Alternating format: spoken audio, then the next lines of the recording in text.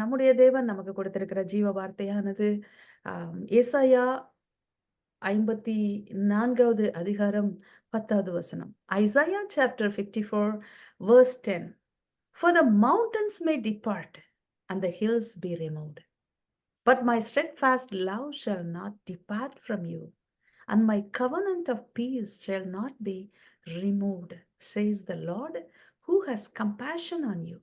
மலைகள் விலகினாலும் பர்வதங்கள் நிலைபெயர்ந்தாலும் என் கிருபை உன்னை விட்டு விலகாமலும் என் சமாதானத்தின் உடன்படிக்கை நிலைபெயராமலும் இருக்கும் என்று உன்மேல் மனதுருகிற கர்த்தர் சொல்லுகிறார். பிரியமானவர்களே, மலை போல நம்பி இருந்த காரியம் கைவிட்டு போயிருச்சு, மலையை போல நம்பி இருக்கிற ஜனம் கைவிட்டு போயிருச்சுன்னு சொல்லக்கூடிய காரியம் 1000 இருந்தாலும், அது எல்லாம் போனாலும் நம்மளோடு கூட எப்பொழுதும் இருப்பேன் என்று மனதிற்கத்தோடு கூட நம்முடைய தேவன் கூறுகிறவராக இருக்கிறார். God bless you.